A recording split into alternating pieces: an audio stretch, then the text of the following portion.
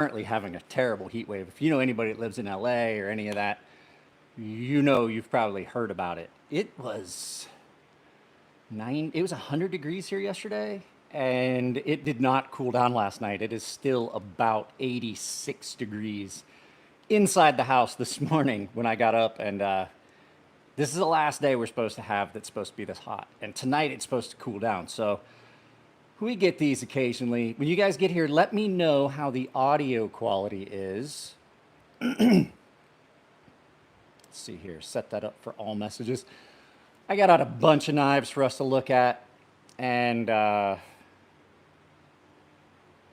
forgot my water jug.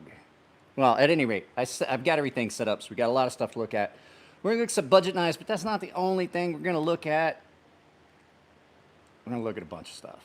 So, the main purpose of this is there's been a lot of people in the last couple live feeds that asked about budget knives, and I'm like, okay, we can talk about budget knives, but I first would like to point out the awesome shirt that I got from one of you guys for my birthday. Also got the coin that they used, the doubloon with the holes cut in it, so that you could, the one that they used to find the restaurant, the lighthouse. So the lighthouse lounge, as it would be. So if you're here, let me know how the audio is and stuff like that. But we are going to talk about some knives. Because I have a lot of knives. I really do. We're going to try and do this without screwing up the audio. Well, let me wait till there's some people here. But I've gotten to a point where I have a lot of budget knives, and I've started to realize that there's a lot of quality budget knives out there. But I did do something cool. Wow, there's just literally no one here. And I know, it's Monday. That sucks. But I do have some other knives that aren't just budget knives. We're going to talk about some cool stuff about Spyderco, some stuff that you can get for your decos. We're going to talk about some cool cold steels, but the primary focus of this is for you guys have been asking about budget knives and what I think are really good budget knife brands. That's what we're going to focus on. So let me know how the audio is. If the audio changes, because there's a couple of you here now, I'm going to turn this around. So I've got this, besides the fact that I have a jungle growing in my house now because my wife and daughter start growing, I have gotten out a bunch of knives. And I mean a bunch of knives. This isn't even the same batch of stuff that we had out the other day. So did the audio at all change? I think it has something to do with picking it up and jostling it, and it screws up the connection on lives. It doesn't affect it when I'm recording. But there's a lot, in the last few years, there's been a lot that changed in the knife world. There's a lot of companies that are offering really high quality budget knives. And yeah, I know that they're Chinese companies, but the fact is for a long time, let me explain the big shift. For a long time, Chinese knives, they were bad. They were horrible. And I'll admit that. I know that. They were garbage. And then a couple of companies came around and started really making a paradigm shift on how they were done. And it was Dave Dang at Reat and Joe over at We Knife Company. They're both friends, but they're both machinists, but they were both knife enthusiasts. And they're like, well, why don't we just start a knife company? Yeah, they're in China, but the fact is, they decided that they didn't want to do the crappy, cheap, garbage knives, and they started putting out high quality folding knives. Reat's now one of the most respected brands out there. Well, good for you, masturbator. There's a lot of brands out there now that weren't like, we're going to talk about some of them, that have kind of started putting out great knives. Now, I know a lot of people don't like the idea of buying Chinese knives, and to those people, I'd say, well, go buy an American cell phone or American computer because it's all being made offshore. So that would be my only statement on that. But we've got a lot of stuff that we can look at here. So I'll give you some recommendations. First, I wanted to show you guys something. So you see the difference, and I may get another one of these when I get some more, you know, if I get a job sometime soon, if I'm not still laid off or if I have to find it. Do you see the difference between my Spyderco PM2 and my military 2? I got the Glow Rhino plug because I just got tired of looking at big ugly hole in what I think is my best Spyderco, the best Spyderco they make. So this has got a tritium vial in it. So the tritium's a radioactive gas. It glows. You don't need to charge it with sunlight or anything. And it glows really well. It gives it a better, I think it gives it a better, more refined look. It doesn't have that big ugly hole in it. It doesn't get rid of the fact that it still passes through and you could have squeezed more blade in this. But with that being aside, I think it looks better. And the fact that it glows is really cool. So do you have any of knives? I have lots of knives. I have of knives everywhere. OTF knives. Yeah, I do. As a matter of fact, they're in a case over here. Sorry. It's, guys, before we go, I was at the university campus. I was at the university campus with my daughter all day yesterday because we wanted to find out where all of her classes were. It was a day that it wasn't busy. It was like 100 degrees. But the thing is, she's going to have to use public transit to get there a lot of times. So we did a dry run of taking the trolley all the way from our house, about an hour and 45 minutes on the trolley. Not bad at all. It was a you get off at one spot, then you get off at college. So, but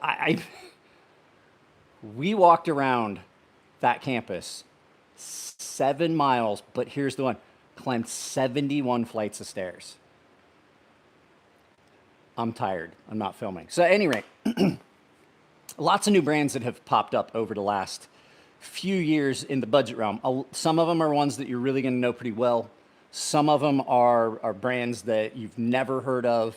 And some of them are brands that are kind of offshoots of other brands. I actually, no, I don't have any of those. I was going to, well, do I? No, I really don't. I really don't. So, so you're gonna hear me talk about some brands, but at any rate, somebody asked about OTFs. So Colin, I have a couple OTFs.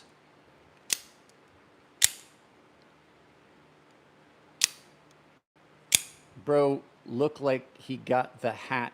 You can, it's the microphone. It's the microphone. That's what you're hearing me on. Hopefully it's working. Is the audio good or does it sound echoey? Somebody let me know how the audio is. I'm gonna walk away. Tell me if the audio changed at all. If the audio has changed, then that means I have to readdress the microphone setup. So, but I am drinking out of a straw. So,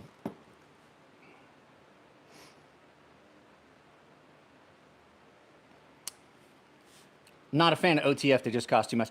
There are some OTF brands out there that are cheaper now. Dagger, D-A-G-G-E-R-R, has got a couple OTFs that, good, okay, that means the audio is fine. They've got a couple OTFs that are a lot more affordable. I think Axial is doing it, but I don't necessarily know how I feel about that company. I haven't gotten to see. You know, there's a couple companies out there that are putting out better ones, and I don't mean like the Lightning OTFs. So, let's talk about some budget brands. So there's some brands out there you may or may not have heard of. We're going to look at this one. This is a company that does a great job. The only problem is, I don't know, it used to be gold plated. So I imagine it's not actually even steel. It's probably steel with nickel, and then it had a gold plating. Gold plating's all gone. At any rate, Tucson. Tucson knives are some very good budget knives. Now, some of them are more expensive. I will say don't go with their super steels. Tucson knives are really good if you're sticking with the basics, 14C28N, things like that. They don't quite have their heat treat. They don't quite have their heat treat as good on super steels. So you're kind of paying that super steel premium with kind of the run-of-the-mill heat treat. But when you get something like 14C28N and things like that, then that's where they kind of shine. So the ones that I have here all are in 14C28N. This is the TS301. It's a really good one. They do it in 14C28N. I think they have a couple other variants of it. The problem with Tucson is they'll do a run of these and then you won't see them again for a while and then they pop back out. This is probably one of my favorite unique folders, not just because, and I mean, it's not expensive, but this thing is great. I don't know what this cost. I didn't pay for it. It was a gift, but I really love that. Well, here's the thing. If you're using your knives, you're going to scratch anyway, so it really doesn't matter. But I find that this has cut a lot and really didn't scratch too badly. So,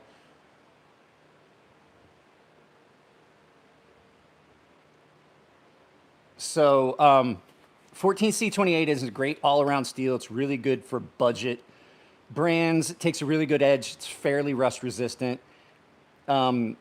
It's pretty easy to heat treat, so you're not going to get too many that are bad in big batch heat treats. It was designed for the knife industry. People argue with me and say, oh, no, it was a razor blade steel. No, it's a variant. It's been modified. They took a steel that was in use. They reformulated it. They changed the formulation a little bit. They came up with this and 12C. So you have 14C, 12C. They are both great, great steels. They were both designed for the knife industry. And they do a great, great job with it over at Tucson. This one comes down nice and thin. Superb cutter. They also have got other knives. Now, I have a really unique one. So they have a lot of different variants, but their work is really good. So, like, there's almost, you can't feel the seam, but you can feel the texture change between carbon fiber and micarta on this. So you've got a really cool look. It is a frame lock, but it's a nested frame lock. So it's a frame lock, but the scales are on the outside. Really, really good. Titanium liners on this. I've had zero issues with any of the Tucson. I've heard people that have claimed that it's not great. Okay, we're just gonna go ahead and do that. You gotta watch. I gotta watch for trolls every once in a while. There we go. Let's see here. So, hello, 14C28N. Not telling you that. So, at any rate, the 14C28N is great. This one's also in 14C28N. This is the, what is this, a 3? Yeah, it's a TS383. So this is another really, really good knife from Tucson. Super light. I know some people don't like some people don't like this, but it's milled out on both sides. So there's so much weight reduction in it. This knife, for the size, super light. Super, super light.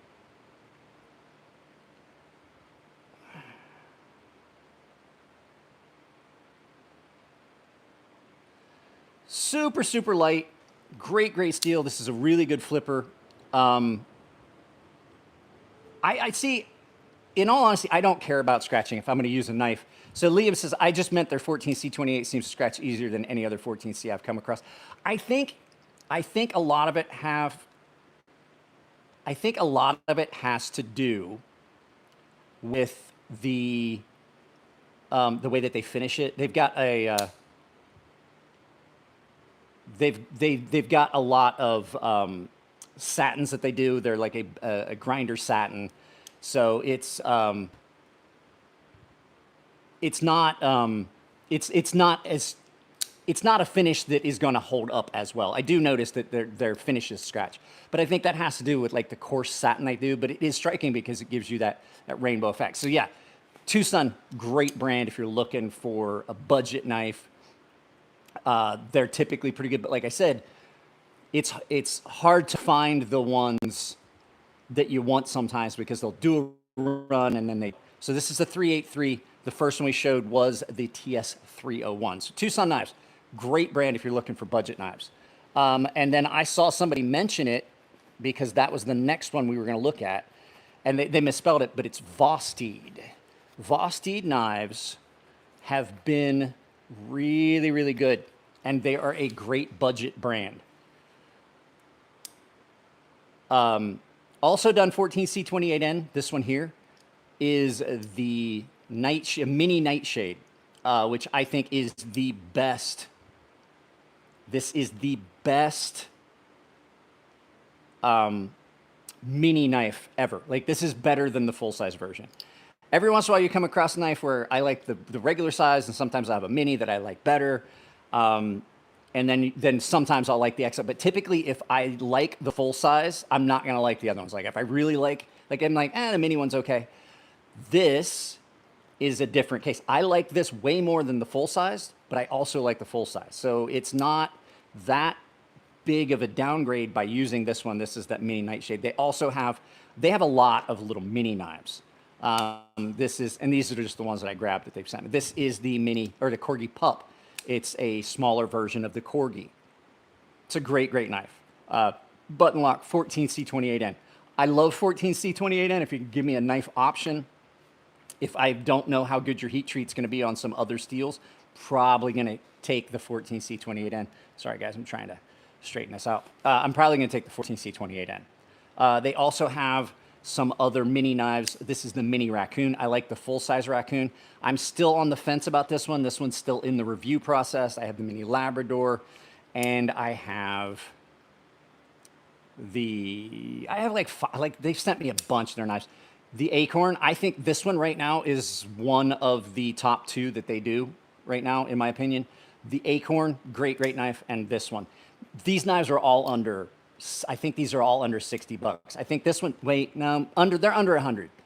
Some of these might be 80. I don't want to speak out of turn. I don't want to, so this one is done in a great, great access lock. This one's done in a liner lock. I've got some button lock ones that they've done here. So lots of different variants. I think this is the best access style or crossbar lock I've seen. Swiss, I haven't gotten to see the DeWalt folding knife. I'm typically not gonna go out of my way. The big name like tool brands, and then they sell a knife. Milwaukee's is trash. Everybody's like, go get the Fastback. No, it's trash. I don't like it. I haven't seen the DeWalt one, but I'm probably not gonna like it. I know that they have some knives at Walmart and stuff like that. Guys, while we're here, drop a like, double tap the screen. It helps push up the algorithm to get more people here. We can talk about stuff. I'm gonna mention one right now, a brand that is not typically thought of a budget brand.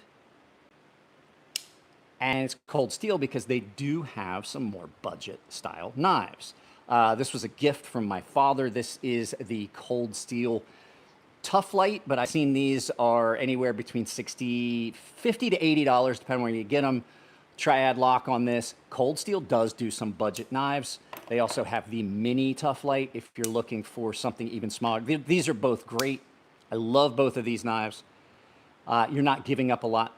They are affordable. They're great. They also have a couple small knives that are like sheath knives that you can put on zipper pulls. You have one that I think is the best. I couldn't find it right now. It's called the Super Edge. It's just a tiny little 2-inch long fixed blade, or 3-inch. I think it's a 2-inch long blade, 1 inch, 1.5. I don't remember, but it's tiny, but it's great because you can put it on your zipper pouch. It's fixed blade. You can just pull it out. I'm typically not a fan of serrated blades, but on something like that, it works.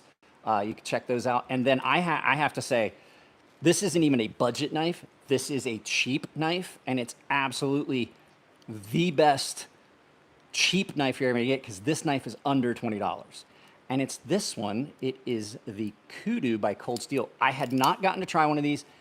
Lacey over at EDC and Lace, which if you're looking for great stropping compound, go find her on Instagram. EDC and Lace. Lacey sent me this when she sent a package of stuff. I keep this knife around. This is a knife that I have given as gifts, but this is a ring lock. The only downfall is it's really big. It can carry awkward. So Rickard's here. What's up, Rickard? This can be problematic to carry because it's not going to pocket clip and it's a big knife.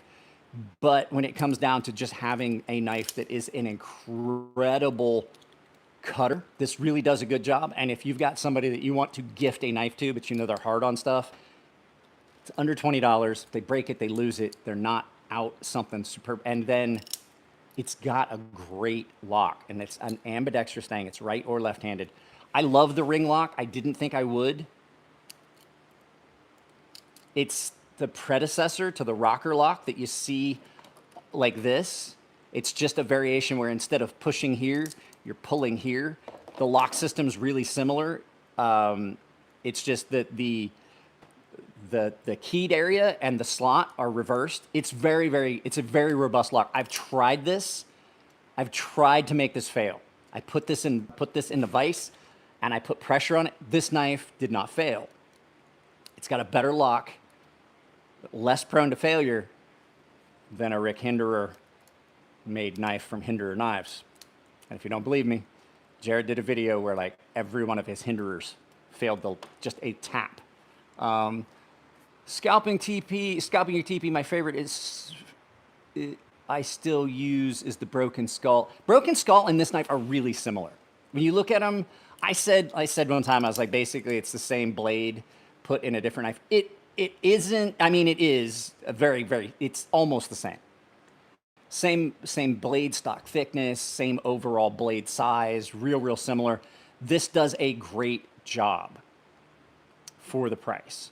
So as Rickert says, I'm doing well. I just got home from an awful day at work, but yeah, welcome to the big adult world. I got laid off. I'm waiting to find out if they're gonna bring me back with this new contract or if that's dead in the water. If that's dead in the water, I gotta go somewhere else. I can't just keep waiting.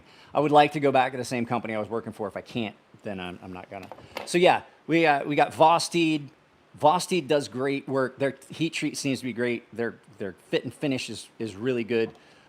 All their stuff so far has been great.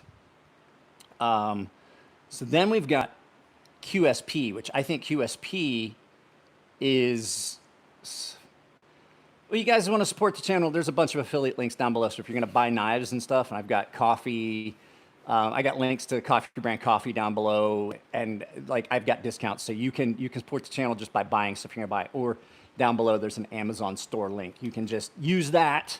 I'm going to slide you guys forward, and I'm going to slide a little bit back. That way you don't have to feel like, oh, if you're just going to buy stuff on Amazon anywhere, you're supporting the channel. So QSP is another brand that really is killing it. And I think they're up there more towards the top of the list when I think of budget knives. So I don't have any Sen Cuts.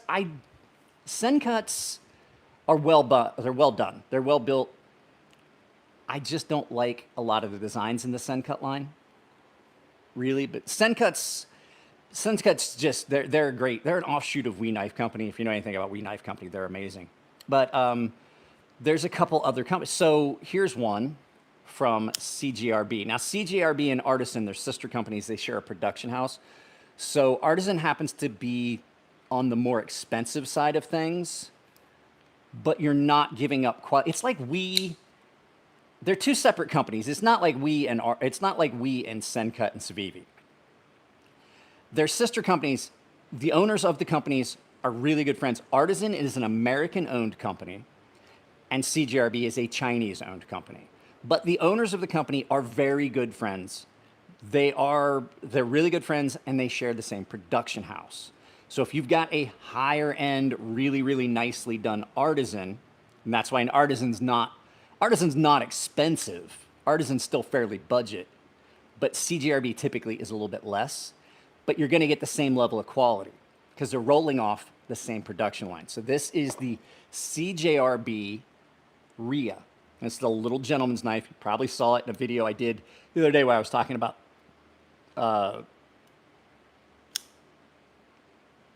no, I didn't, Rickert. I did not see that, sorry. But this is a nice little gentleman's knife, super good folder, nice, kind of a minimal design, got a very good blade shape, but this is a great budget knife. It's done in micarta. I also have got, we're gonna get around to the QSP. I just realized I want to talk about this, but CJRB has a ton of knives that are great. This is the XL Pyrite, which I think is about the best version of the Pyrite. So this CJRB Pyrite, this is the XL, this is it's a button lock. This one's done in steel. It's weighted really well. They also have got a lot of really cool other knives. I can't remember the name of this one. I'm sorry, guys. This is the Frack. This is a Frack. Really striking design, feels good in hand. This one is another really good button lock. CJRB is doing a lot of really good budget button locks. If you like button lock knives and you want to stay on a budget, CJRB would be where I would look, because they were the ones that came out. Now, other companies are doing good budget lock or button locks as well, but they came out with these and every one of them was good. The problem with button locks for a long time was button locks were really expensive. And if you got one, even if they were fairly decent, they still weren't that great. They're a great lock, but they were just being done really badly. CJRB went and they spent some time to work on button locks. And I think CJRB, for the budget side of the house, has the best button locks you're going to find. Button locks are great, but the problem was they were either really expensive or they were really shitty. And sometimes even the expensive ones were kind of shitty. So CJRB, they also have, there's another great button lock from CJRB. They've got some really cool designs. Sorry, guys. You got some really cool designs. Another great button lock. This is the Riff, the CJRB Riff. My daughter just showed up. CJRB Riff, great knife. Kind of more of a tactical style. He's gonna go nuts. It's okay. I got my microphone on. They can't hear him all that badly or all that much. This is a great knife. Super nice design. They've got the Pyrite.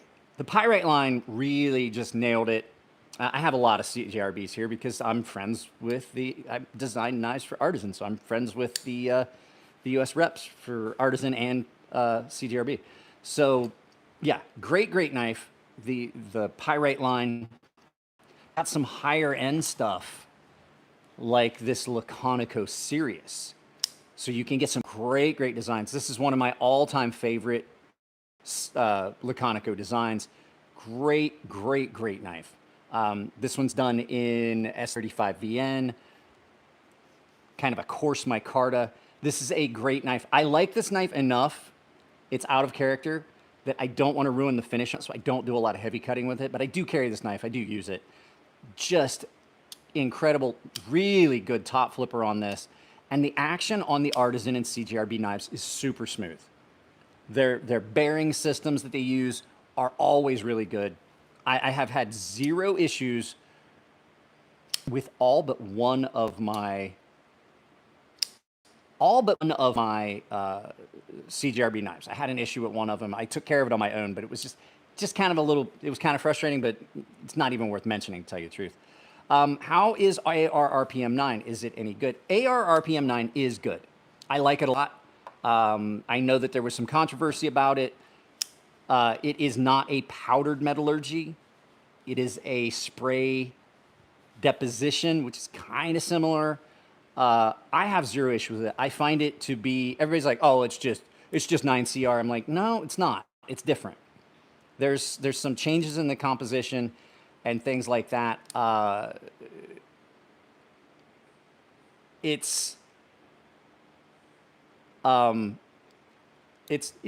Rickard, just send me a DM. We can talk about it on DM. ARPM9 is easy to sharpen. It's really rust resistant and corrosion resistant, and it is one of the easiest to maintain steels I've come across. And I've had 9CR a bunch of times, 8CR. I've had all of those, and they don't respond to a strop as well as this does. And even to just wrap a piece of newspaper around a block of wood, ARRPM9 does a great job. CJRB has some really good designs, but they also are working with some well-known designers. Elliot over at Farm Forge Nice Works. This is the Space Cowboy. It is almost one for one a Ferrum Forge scepter. But done as a button lock. I don't like the scepter, therefore I don't like this. It's still an incredibly well done knife. A lot of people love this. So there you go, CJRB. And guys, I have links to most of these brands down below, individual affiliate links that support the channel. So if you want to, you can do that. And like I said, Amazon store's down below. So if you're looking for any of these knives, They're great. I do want to do a shout out to Tempered Trail. That's my buddy Nathan. I have a link down below. You can save 10% with it down below. But he is doing hand-stitched wallets and stuff like that. He made an incredibly nice bag for my daughter. But if you're looking for stuff like that, go check out Tempered Trails with the link that's down below. So, so let's get back to QSP. We talked about QSP. QSP is a brand that, like, the first time I ever saw their knives, I was pretty impressed. The first knife I ever got from them was a Penguin. Now, give me a second. I'm going to go grab my other phone. And you guys stay right here. I'm going to go grab it because I want to look up a price on that for you so I can give you some perspective of what you're getting for the price. Pardon me, kiddo. So, the QSP Penguin is, I want to say it's like $30. I want to say it's like $30, and it's incredible. And I have more expensive, higher end versions of it. So let me pull it up here. I just want to give you guys just a perspective on it. So when they sent me that knife, I was impressed. They sent me 2 of them. I gave one of them away, and I kept the other one. Now this one is, before we look at the price, hang on a second. QSP Penguin. QSP Penguin. When they sent me this, I was sent 2. One was orange, and one was in an orange micarta. This is denim. I'm about to sneeze, guys. I'm about to sneeze. So this exact version of this.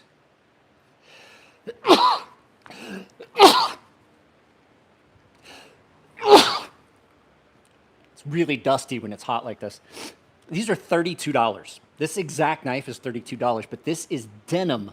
That is jeans. That is denim micarta. One of the coolest materials. Now, just to a disclaimer, I coated this blade with a ceramic. Why? Why when I'm doing a live feed does it do this?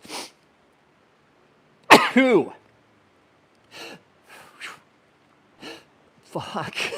I did a ceramic coating on this, a true ceramic coating, not Cerakote, like a baked on ceramic on this, because it's D2 and I am famous for making D2 and some of those crew wear, some of those steels, I'm famous for making them rust. So I coated it. They have much more expensive versions of this knife that are available. I don't think you get anything really that much more impressive with the expensive ones. So they sent me this one. First one I ever saw, and I'm like, okay, QSP is on the money. They have knives in varying price points. This is the Pangolin. One of the, I'm sorry guys, I just can't make it stop. Hold up, how did I coat it? Okay, let me explain. So when I was still making knives, I had access to a full shop. I could do anodizing, and we used a coating in the shop that was multiple colors and things like that, and it was electrically applied. It was basically like electroplating. And so it was a liquid that was in a container. You would hook a cathode and an anode to it. So so you would put it in and then apply a voltage. And when you got 0 amps on your readout, that meant that the coating had completely adhered, and you couldn't push any more current through onto the steel, and you would wash it off. And so it was electrically applied like electroplating, but then you would put it in an oven well below the temper range of any steel. I want to say it was like 200 degrees, 150 degrees for like an hour, and it would bake that ceramic coating into like an actual ceramic, and it would cure it. Super, super robust. Oh no, not DIY. I mean, you could, but like a jar of one color is like almost $80, and it's not real. It like it doesn't last all that long because once you open it and it's exposed to air, it has like a limited shelf life of like 3 months. So if you're not going to use all of it, it's expensive. You got to have a very expensive power supply to do it. Just you basically have to have an electroplating power supply, like the small home version. So not at all easy. But this is the Pangolin G10.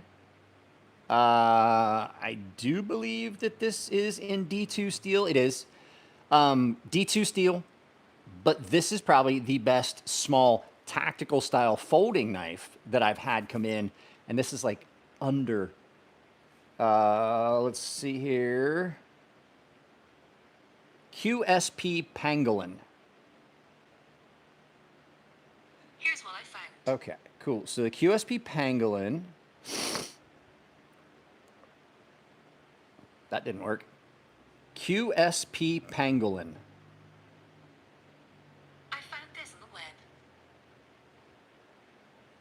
There we go. Worked that time. No, it didn't. No, it didn't. Hang on.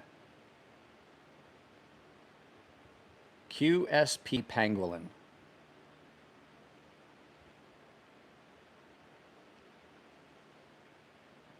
It's just not working. At any rate, $45, under $50, and it's great. So the QSP knives are all pretty much the same quality at any price point. What you get is just a difference in materials. So this is $50. This one's about $100. Quality is the same. The grind is the same. They're coming off the same line. It's the same brand. This is the... Help me out here. Help me out here. I can't remember what this one is. At any rate, you're getting the same level of quality, just lower, just different materials. So this has ceramic bearings. This has steel bearings. This is in S35VN. This is in D2. This is in micarta. This is in G10. So you get the same level of quality. I love this knife. I carried it a lot. This D2 seems to be pretty good, does not rust as badly. But QSP does great, great work on their knives. It's another really cool one. Can't remember the name of this either. They've been sitting in a case for months, haven't even gotten looked at. But this is a really, really cool one. I dig it. I was going to give this away, but now it's really, I've taken a shine to it. This one is awesome, awesome, awesome. So,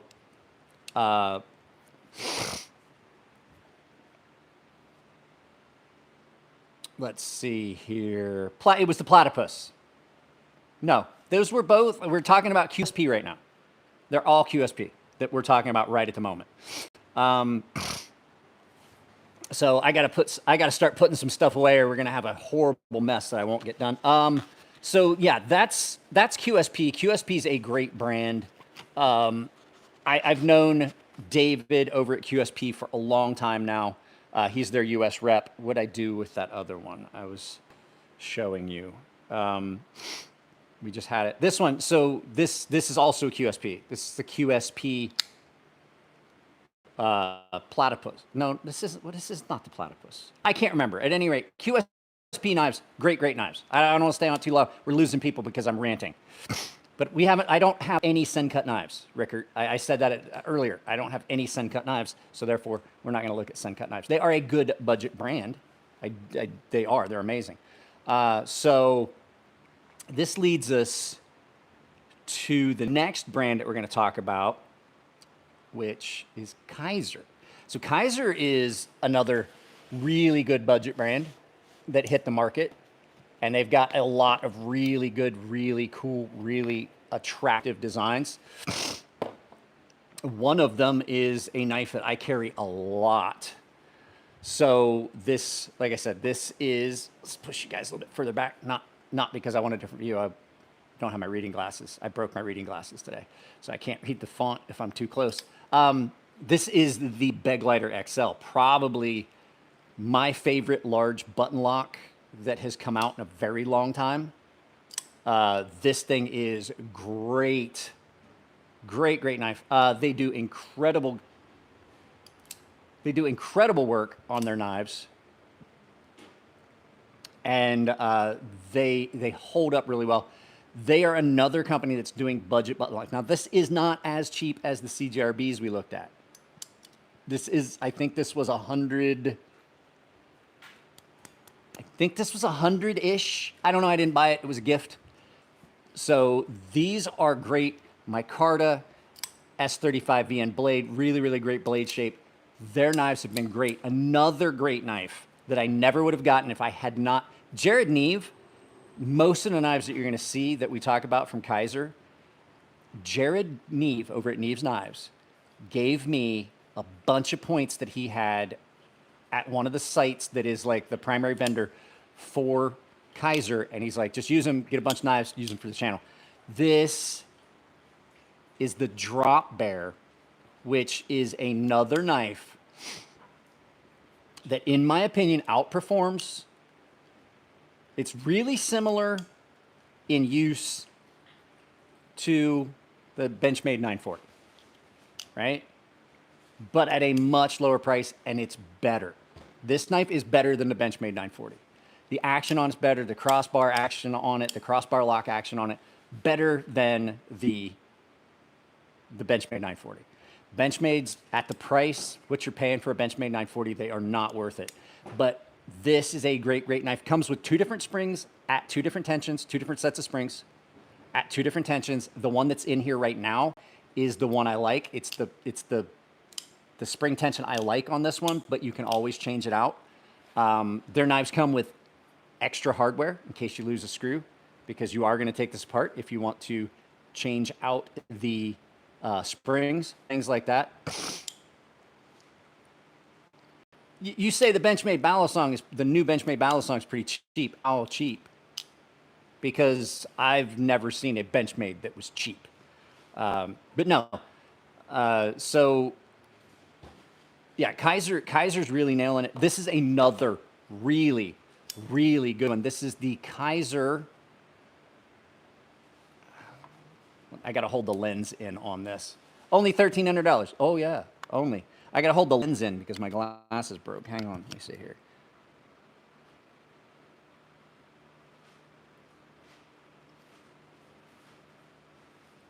So this is, I can't remember the, is it the cop? Is this the original?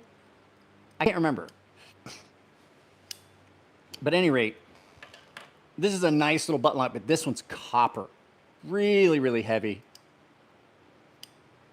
Really heavy.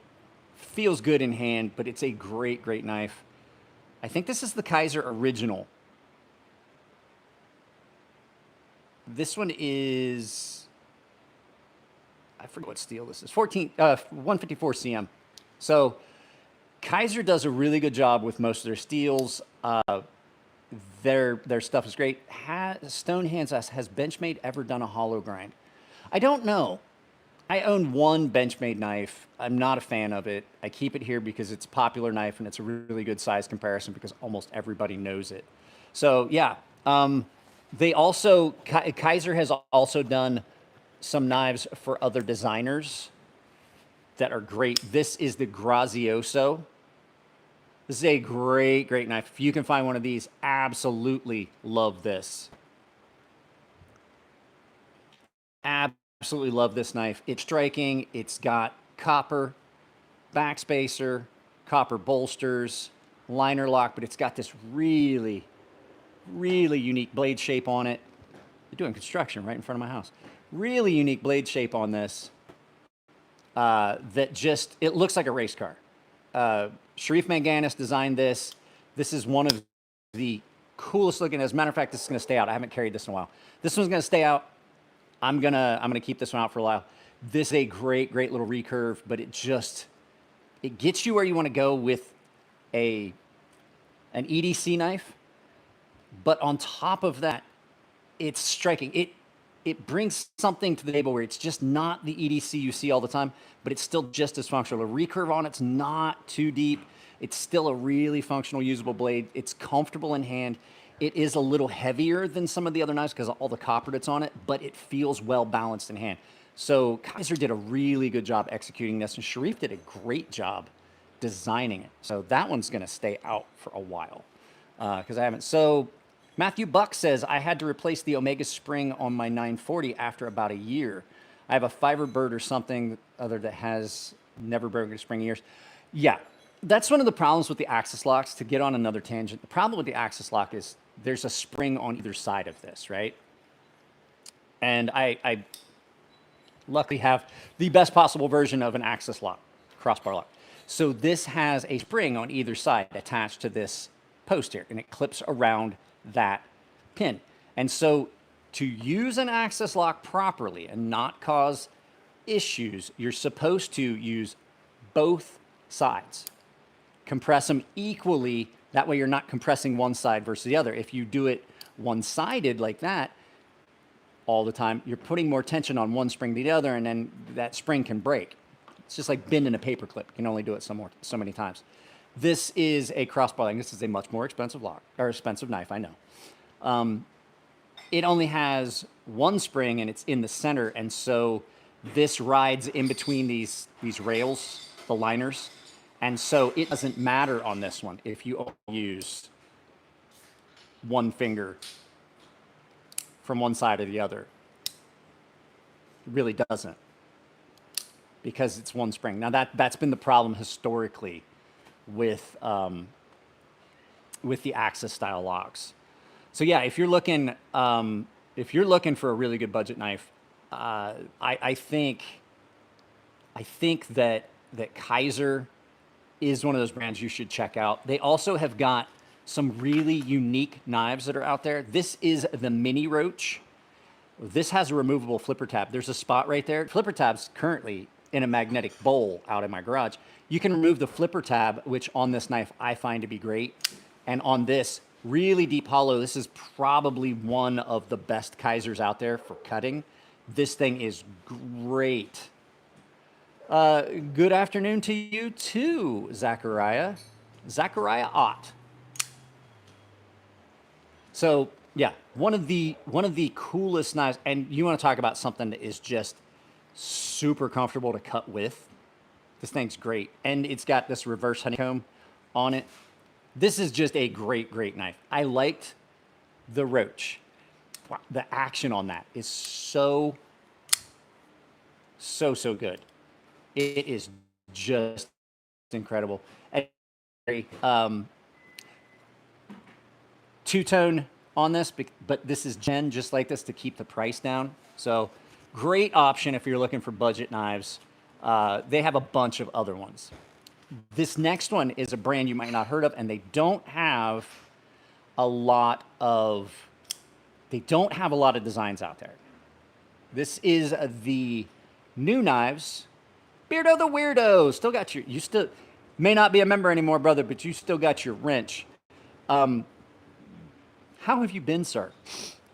This is the New Knives Companter, and it's kind of a Bowie-esque looking knife that has handles really similar to the Elementum by We Knife Company. Really similar. It's not like a knockoff. It's not like it's exact.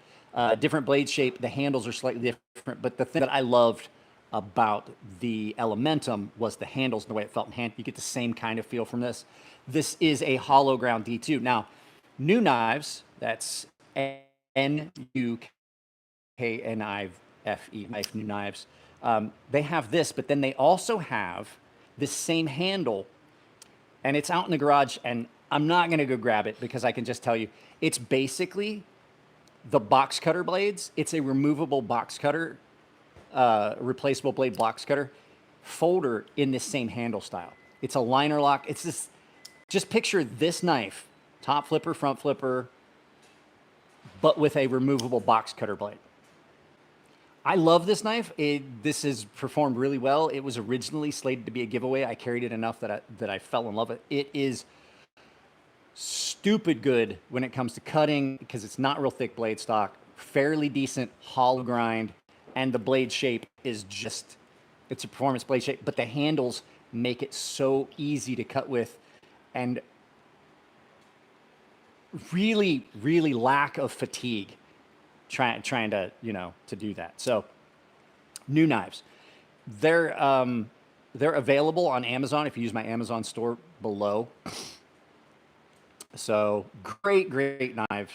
I love this. They were great to work with. I reached out to them. I was like, hey, I heard you guys got a new knife. You know, it's, you know, I'm interested in reviewing it. If you want to send me one, I can start a pass around. That way, you know, you don't have to give me the knife, but like get it. And they sent me this one. And then they reached out to me when they did the Kickstarter for the box cutter. So really, really cool people to work with. Same with Vosteed. Vosteed is great. They reach out to me all the time. It's like, hey, do you want to see this one? And I'm like, yeah, sure, why not? So I really do like this knife a lot. Nice deep carry pocket clip that is reversible. You take the scales off. Now we're just talking about budget knives, just budget knife companies in general. So this leads us to one that gets overlooked all the time. And I mean all the time. People forget about this company all the time. And it is not this one. Sorry. It's Rosecraft. Rosecraft blades. Well, we're going to talk about this in a minute because we're working our way to that, because I think I have the best budget knife ever. This is a knife that is done by a company called Rosecraft. This is the Barra. This was designed by Swags. This is a great knife. This is an incredibly comfortable knife. Their knives are really, really good. I've had zero issues with any of the Rosecraft stuff. I did not bring out any of their slip joints because I just didn't have room, but these are great. Most of them are liner locks. This is probably one of my favorite ones. It's so overlooked. The ergos on this are incredible. It comes down, but their knives are all really, really well made. And that's because a lot of them are being done OEM for, they're being done OEM for them by Artisan and CJRB. This is the Wea. This is a really, really good knife for Rosecraft, for an outdoor style knife. They do a great job. They do a lot of these two-tone. They do a lot of really good two-tone handles where they're doing two different things. Yeah, Jerry's trying to get himself put in a timeout. So having a little bit of iced coffee because it's almost 90 degrees already in the house. So, but they do, let's see, here we go. Let's get this one out. This is one that always gets stuck in the case. I'm trying to get it out. There we go. So you can see, they have a lot. So Terrence have a lot of various different knives from them. This is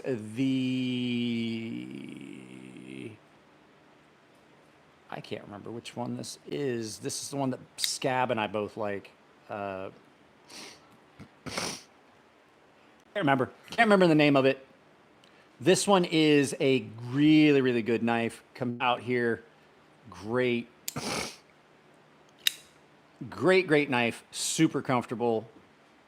Can't remember the name of it. I honestly can't remember the name of it. I have so many knives.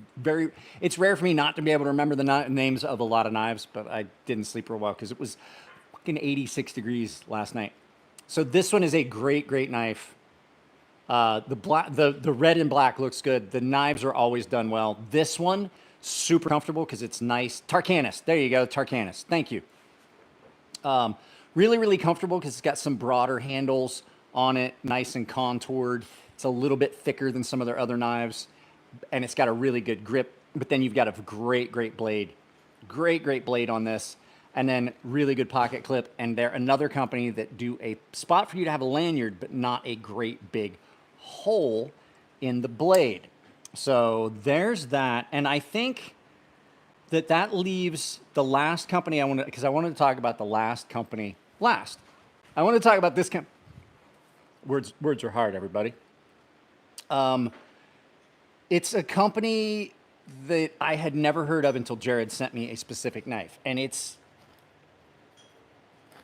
Migon. Migon makes some great knives. I've had a bunch of them come in. I own a couple of them now. I own this one, and I own this one. I can't remember the name of this one. I've only had this one for a while, and I only ever did like 2 videos about it. But this is a great knife. Super light, nice micarta handles on this, in that budget realm. But I am going to show you what I think is the best budget knife, hands down, of all time. This is like the GOAT when it comes to budget folding knives. And it's the Migon Valona. This knife is just absolutely incredible. Hang on. Absolutely incredible. Hang on. Sorry. I got a text. It's just an absolute incredible knife. This one's done in DC 53 steel, which is a steel that not everybody's heard of. It's really kind of similar. It's really kind of similar in some of its properties to 1428N, but then there's a lot of big differences too. It's a really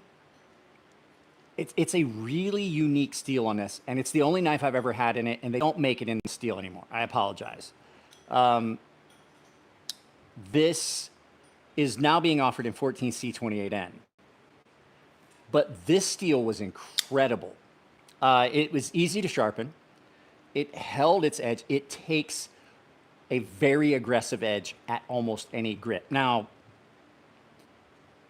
we're going to talk about this for a little bit. So DC53 took similar to 14C28N, you can go up in the grit, further in the grit, and still have an aggressive edge than you can with other steels. S35 VN, you hit 1,000 grit, you start losing the tooth because the carbides are so small. They do this in 14C28N now, which is a good option, but this is great. This steel is great because this is at 8,000 grit, and it's every bit as aggressive as it was at 1,000. It's, well, I mean, it's as aggressive-ish. You don't lose that aggressive edge, and you can go up further in a grit, and you can have that really nice shiny look on it. Just the construction on it. Do you guys see that? Watch. That is super, super smooth. Beautiful look on it. It's got a fuller that runs the full length of the blade all the way down, which some people don't like. I absolutely love. And you can flick off of that. I love reverse flick, and I love having a fuller to reverse flick off of without a hole in the blade because it looks cool, but you can still do it. I'm not a fan. I honestly have to say, I love reverse flick, but I don't like necessarily having the hole. There's some exceptions to that. There's some really cool looking knives that have got holes in them. And I do have another budget brand that's here right now that got hid. We're going to talk about in a second, but that's because I haven't really seen too much about it. But we're going to kind of glance at it and show you. This is also another cool look. We have the aperture, and then the fuller kind of goes into it. But having a fuller that you can reverse flick off of is really cool. It gets you the best of both worlds. It gets you that clean look on the blade, but you can still reverse flick, which in my opinion is the most satisfying way to deploy a knife, is just to reverse flick it. I like a flipper. Don't get me wrong, I like a flipper tab. It just seems that deployment from reverse flick is faster because you don't have to change position all that much. It's just that. Maybe it's because I was in the military and I like the economy of motion. If I do that, then I have to completely change my grip. I like reverse flick because, well, some people call it lazy. I just say it's easier. I say economy of motion. It's not lazy. But yeah, no. This is the best budget knife I've ever been getting, to the point where I thought Jared sent me this and I'm like, okay, budget knife, probably 100, 150. Well under 100. I don't know what they are right now, but I want to say this was $60 when Jared gave me this one.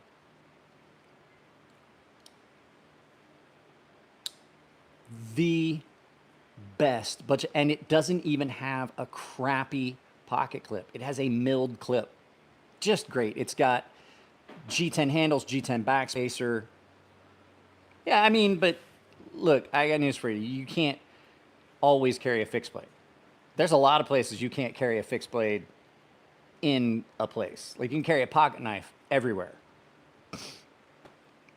They are 52. So these are $52. You're not going to get bang for the buck like that anywhere else. Jesus, guys, I have sweat this shirt clear through. I have sweat this shirt clear through. 50, okay, so 50, 51, which is going to take us, we're going to talk about one last brand, and then we're going to talk about some other stuff, just for fun stuff, just for funsies. I just got this knife. It was a birthday present. So my birthday was August 30th, turned 50. This came in the mail with this shirt, this knife, a couple other things, a loaner so I could carry my taipan until the sheath that I ordered gets here. This came, and I had never heard of this. So I looked it up. I had to because I didn't know anything about it. This is the Iron Fly Knives YOLO. And what it is this is basically the budget. So Kunwu Knives makes really, really good knives. And they've kind of branched out, and this is like an addition to the Kunwu brand, is Iron Fly.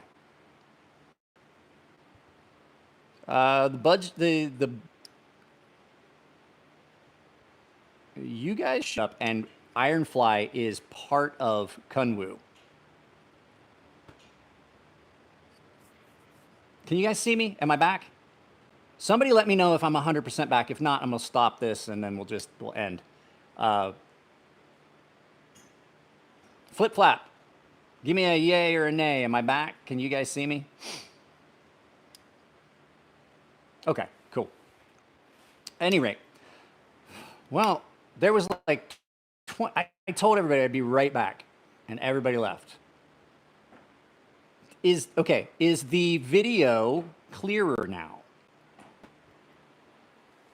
Out of curiosity, did it fix the issues with the clarity? An hour and some odd minutes in, somebody finally says that the video quality was crap. At any rate, yeah, Kunwu makes these. And it's a nice button lock G10 14C28 end blade, done in a cleaver style, nice pocket clip. Well, I don't know what to tell you guys about the quality of the video. I can't do anything. They're working out in front of our house. Blame YouTube, but hit the settings button on your feed and see if you've got it set for the higher quality level. So yeah, great knife. Absolutely love it. If you're looking for a budget knife, you can look at these and see. Let's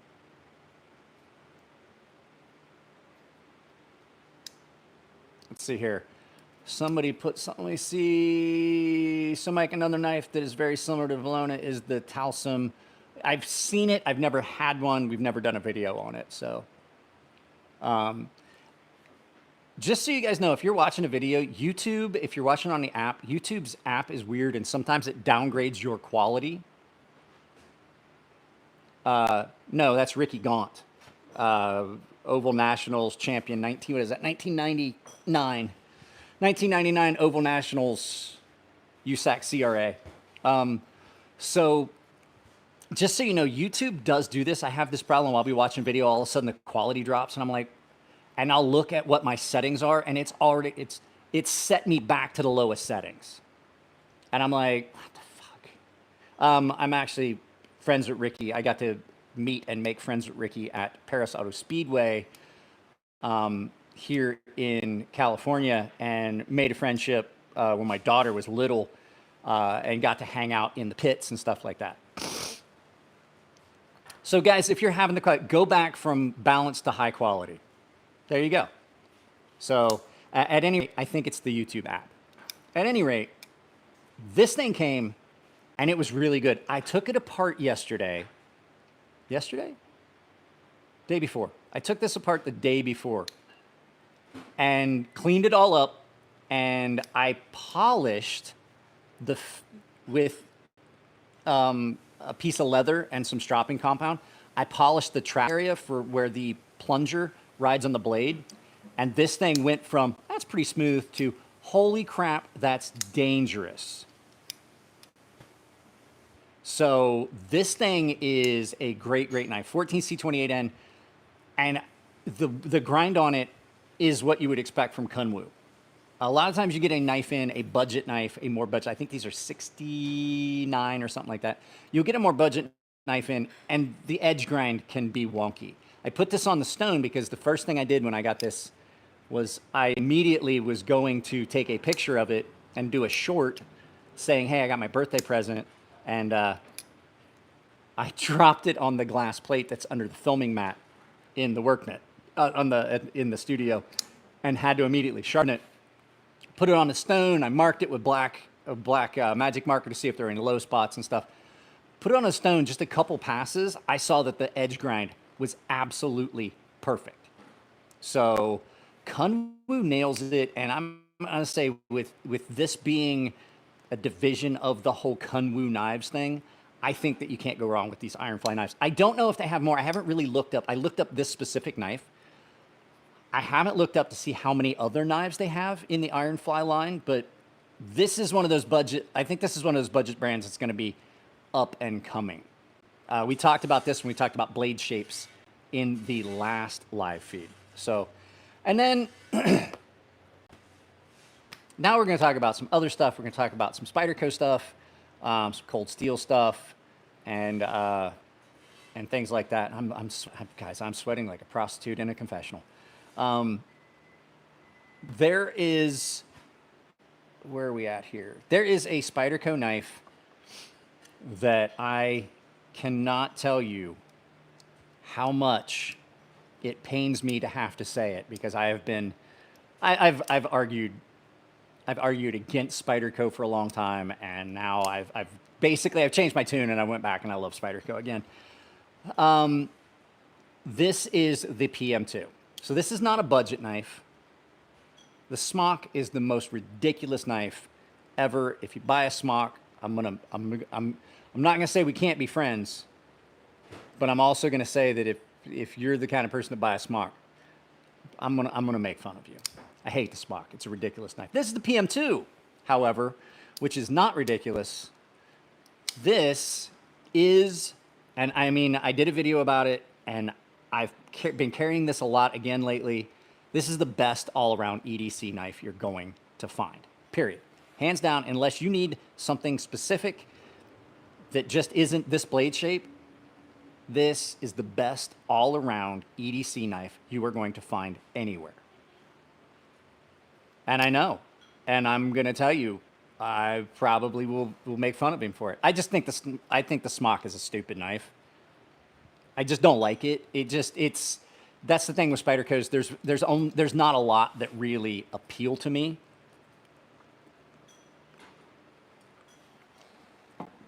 So there are a few, but this one not just appeals to me. This one just exemplifies everything that a EDC knife should be.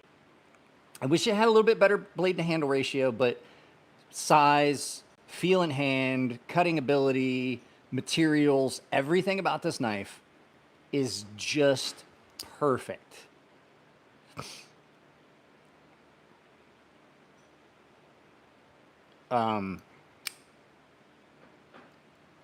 It's just,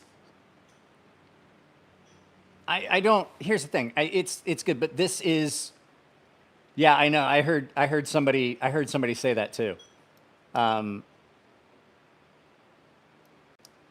This is,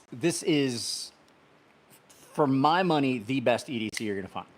Size, fit in hand, comfort in use, materials. This one's an S90V.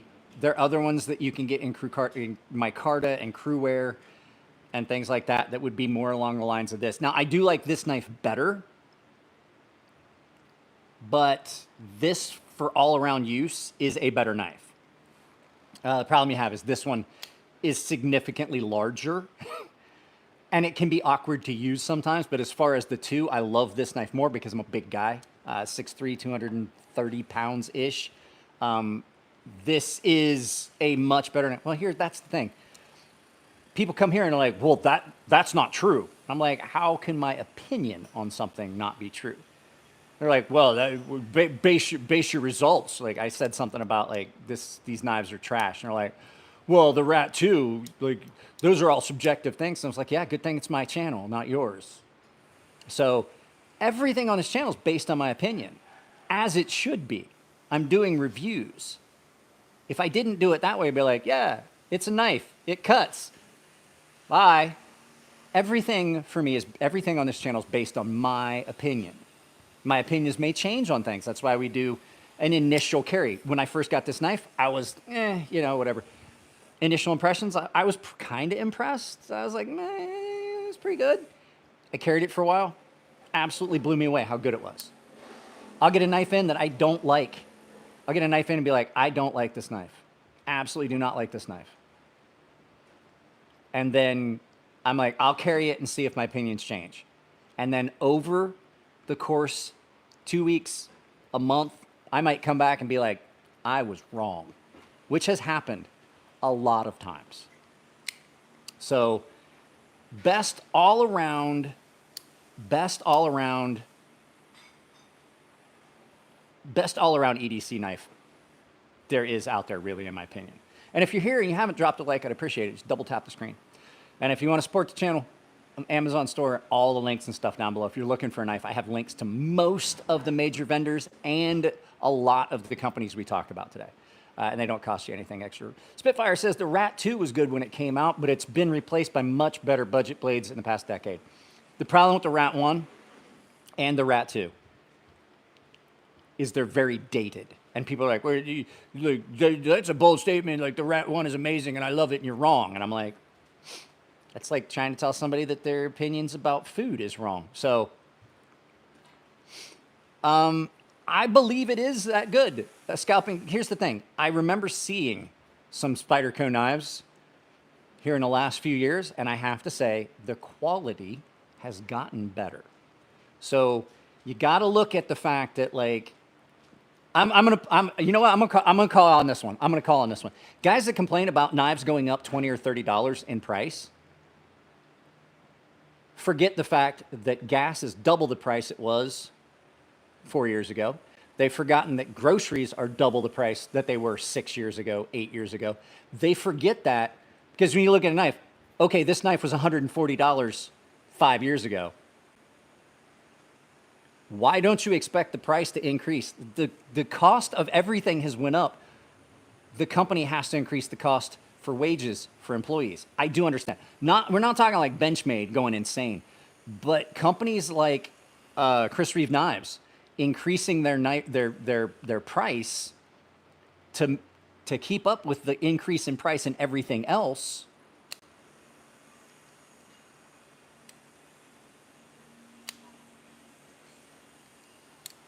is because it's a 20-year-old model, that price shouldn't have increased. You know what? I'm not gonna argue with you on this. I personally think, because having been a knife maker and saw increase in prices of materials, just because it's a 20-year-old design doesn't mean it was made 20 years ago. If the knife is new old stock, then no, the price shouldn't go up. But this was just made. So yes, it's gonna be more expensive. I don't like to berate somebody, but that is one of the dumbest takes I've heard. I 100% disagree. I'm friends with a lot of people in the knife industry. The price of everything needs to be increased. If you don't keep up price, like I'm saying, I really think that's kind of a numbskull take, to tell you the truth. I don't think they were overpriced to begin with. Spyderco has had some issues with pricing, but I don't think they're priced, not like Benchmade. But at any rate, that being aside, I got this. I wanted to touch base on this. This is the it's the Otical. It's the Otical in D2.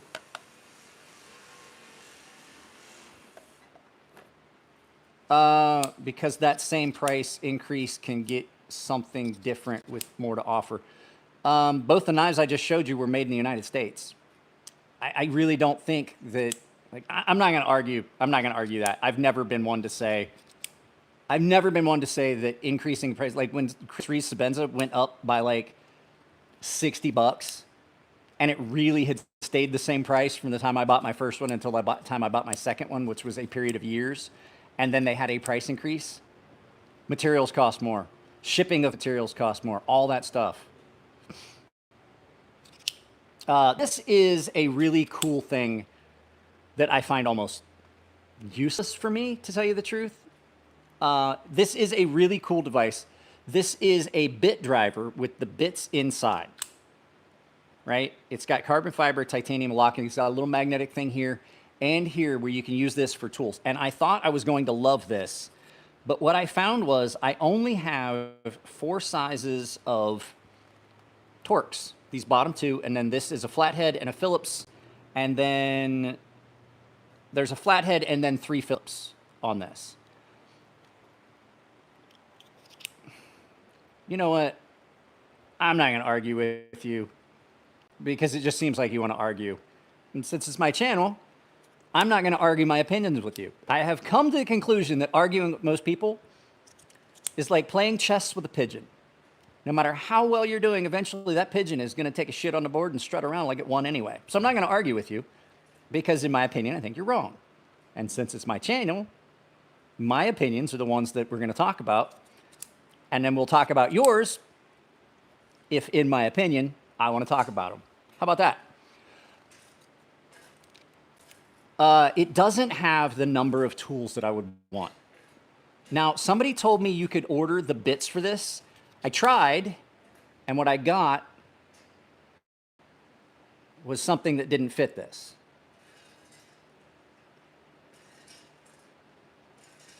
This is, yeah, that's why I wasn't going to argue, because obviously one of the best knives. I don't know if there's a cheaper version of this. This is done by Olight, and I love the concept. And I was given this knife, or I was given this tool, and there's so many cool things about it, but then there's so many limitations. It's got a really cool fidget factor, but not everything has to be a fidget tool. It's got a really cool concept, but it doesn't have the tools I need, because these bits don't fit half of these knives. It does have, let me see, what do we got here? We got a T6. Oh, I'm sorry. No, I was wrong. I looked at it wrong. These are Allens. So I only have 2 sizes of, I have 2 sizes of Torx. I have 2 sizes of Allens that don't fit knives that I need Allens for. The Torx don't fit knives that I need Torx for. And then 3 Phillips heads of different sizes and 1 flathead. Then you have a T6 and a T8. Now, concept really cool. The bits are held in magnetically. This runs on a magnet slide. There's 1 screw in here, right here, that is your set stop, so it doesn't slide all the way off, and then you can lock it so it doesn't slide open. It is a cool concept, but it has currently, for the last month, been living in its box out in the studio, because it doesn't make sense for me to put it in my pocket and carry it, because it doesn't do anything I need. It really doesn't. I can't tighten a pivot on any knife I have. What size Torx was this? I shouldn't say that. I probably have a couple new. I have a couple. Let's see here. So this, I have a T6 and a T8. I have very few knives that have a T8 pivot. I have one knife that's 100% all T9s. So it doesn't get me anywhere with most of my knives.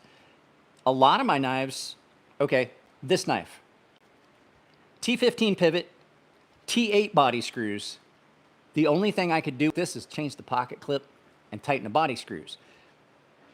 But I want to ask any of you guys that carry knives and take knives apart and fidget with knives, have you ever had a body screw come loose on a knife very often? Like every once in a while, you'll have one of these body screws work their way loose. Not often. It's the pivot that works its way loose, and this one is T15. So I have had, I do have to admit, my Grimsmo Norseman did have a body screw that came out and it got lost. I blame myself for this because I do know that that knife, when you snap that knife open, that's a heavy blade going really fast, really smooth knife. There's a lot of force involved in that. But it's my fault because I took it apart and I didn't make sure I re-Loctited all the screws. I know this for a fact because I remember putting it back together going, I'll do it later. Lost a body screw. They sent me a body screw, not a big deal. Very rarely do you get a body screw that works its way loose. Was this like, I'm a big fan of the CRK tool that is the revolver type cylinder on the bottom. It has 6 different torques. Yeah, that's a really cool one. That's a really cool one. Now I wanted to talk about something else. Cold steel. I would love everyone here, if you like cold steel knives, to reach out on social media and let's do some sort of, I don't know what we want to call it, like a petition, something. Hey, buddy. Pup came down from upstairs. Hey, bud. You look. Hey, no, it's too hot, bud, for you to try and get in my lap. Look, it is too hot. It's too hot. It's entirely too hot for you to be in here. At least I got something to lean on now. Ah, what a good boy. Cold Steel for a very long time has been using their SecureX sheaths. Now, I had a Cold Steel Recon Tonto. It had a nylon sheath. I have a Cold Steel SRK, old school USA made one. Go, bud, come on. Go, you gotta go, bud. It has a nylon sheath that is not the SecureX. So what happens is this is a fiberglass. So basically they're Kydex sheaths, I should say. This is like Kydex, but this is done with fiberglass in it. And the big problem with these are, Kydex is gonna scratch your knife. That's not a problem.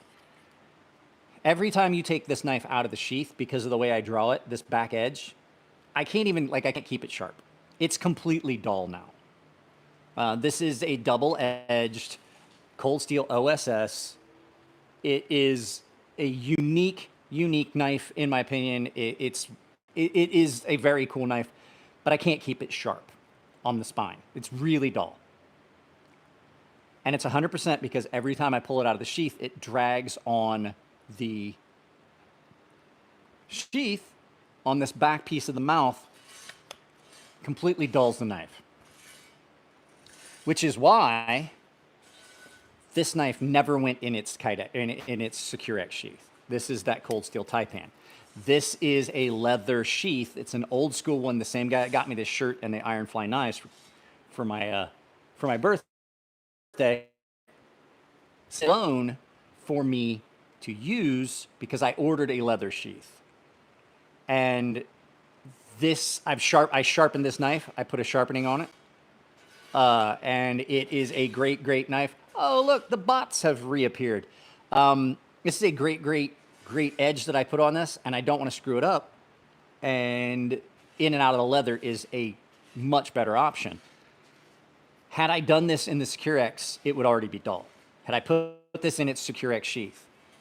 So that is the big thing on these higher end knives. It's a $200+ knife. Once you get shipping and everything, $200+. Let's get back to offering a leather sheath. Like if you want to buy one, they used to have these on their website. This should never go in a Kydex or in a Secure X sheath. And I want to show you what I'm talking about. I have another knife here. It's the first one I grabbed. This is just hey, look at this.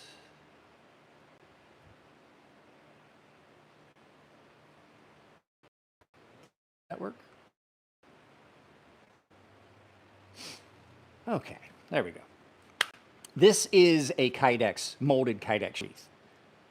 And it has put some scratches on this knife. But the edge on this knife has not suffered from anything from the sheath because there's no fiberglass in it. This knife has suffered a lot of impact and testing and things like that, but it has never had its edge get screwed up from the blade. Well, this is a knife you probably want to see because there's going to be a video about this company probably in the future, coming soon. We're trying to get some more information about what happened. I don't want to say anything about it right now. If you follow Carnivore, you probably kind of already know.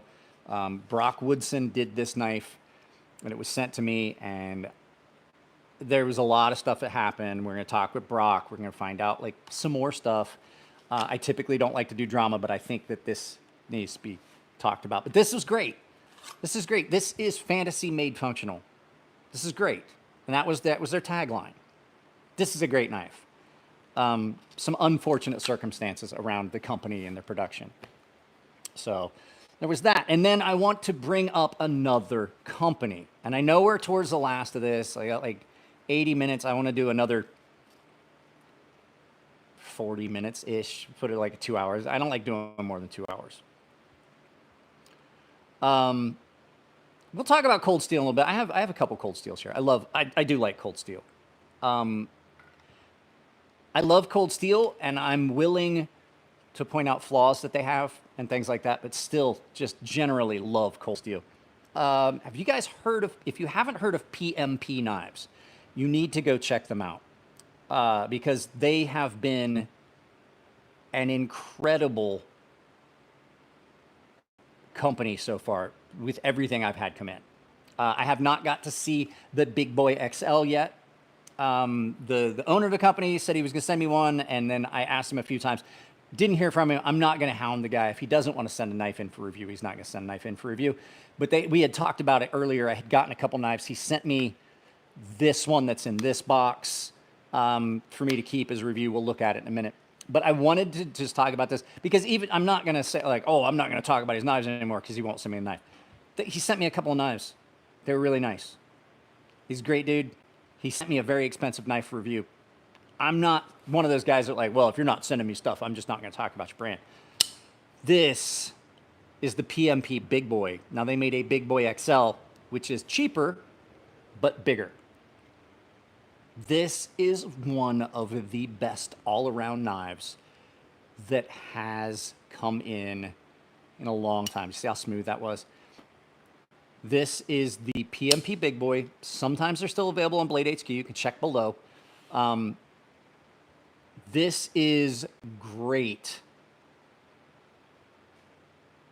This is a great, great knife. 14C28N, nice and thin grind. It looks like a Shirogorov that was force-fed. It looks like a fat Shirogorov. There's some definite differences, but it definitely has that feel to it and look. But for a guy with big hands, this is perfect.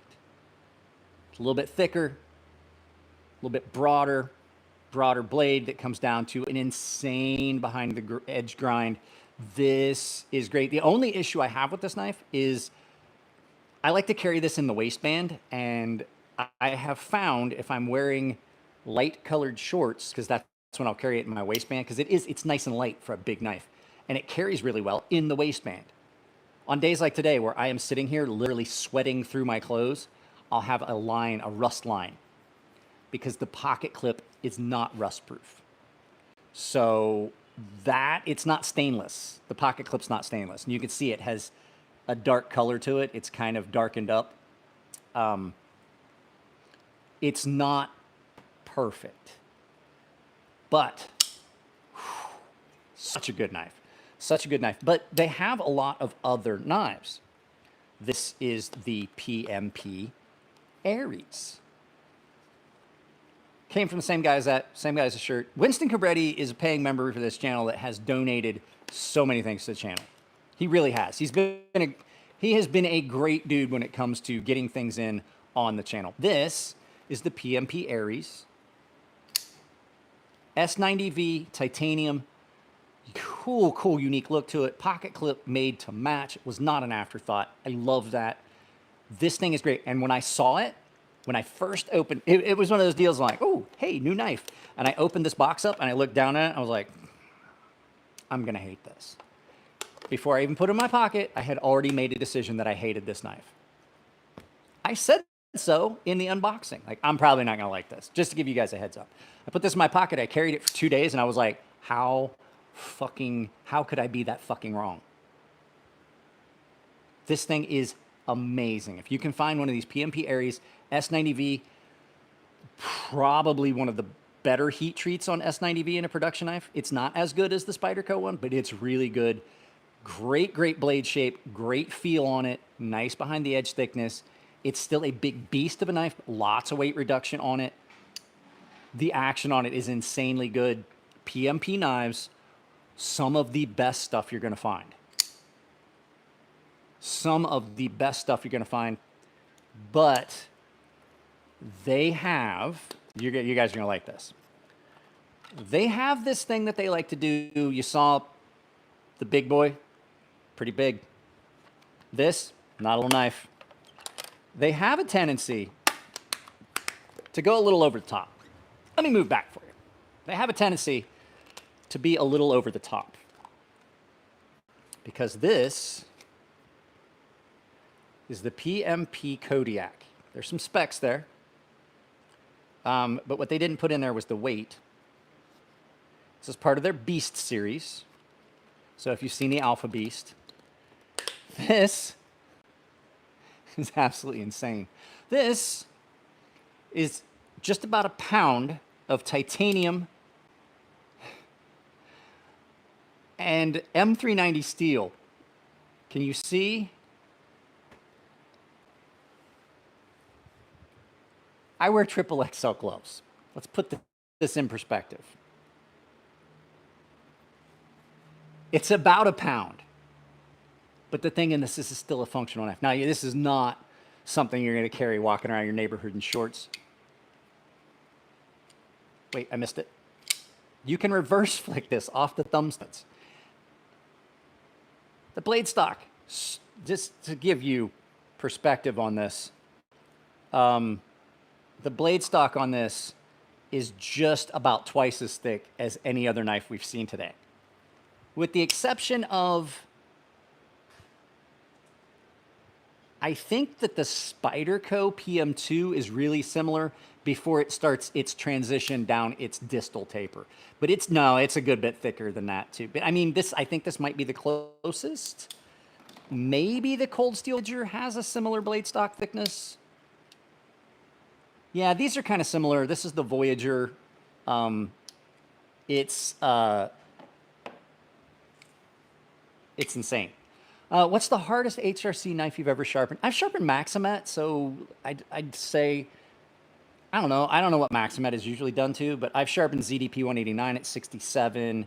I've sharpened knives that I made in S125V that were above 67, and I know it's above 67 because 67 is where you can start scoring glass.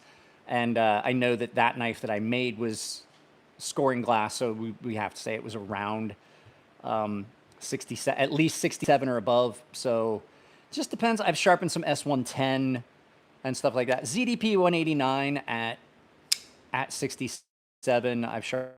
But the thing is, ZDP 189 at 67 Rockwell still isn't hard to sharpen. So yeah, there you go. You can pick one of these up right now. This is a fun knife. Like, if you want something that's just striking and cool, if I was to cosplay as something, it would probably, like, if it wasn't super hot, if I was supposed to, like, if I were to build a costume to go somewhere for an event or something like that, it would be, I would go as a Space Marine from Warhammer 40K. and this would be the knife that I would carry. This looks like a Warhammer 40K Space Marines pocket knife. That's what it looks like. All the gear patterning on this. So PMP is a great, great company. They really are. They're a great company. The owner has been great to work with. He's been a lot of fun with his Instagram posts and stuff like that. So what's your opinion of OS 10 K390 Magna Cut for EDC? I do not like how Microtech has their M390 at 58. Okay. I don't like M390 at 58. I don't know. I'll tell you, I don't mind OS 10. OS 10 can, if you heat treat it wrong, OS 10 can be really, really bad. It's finicky.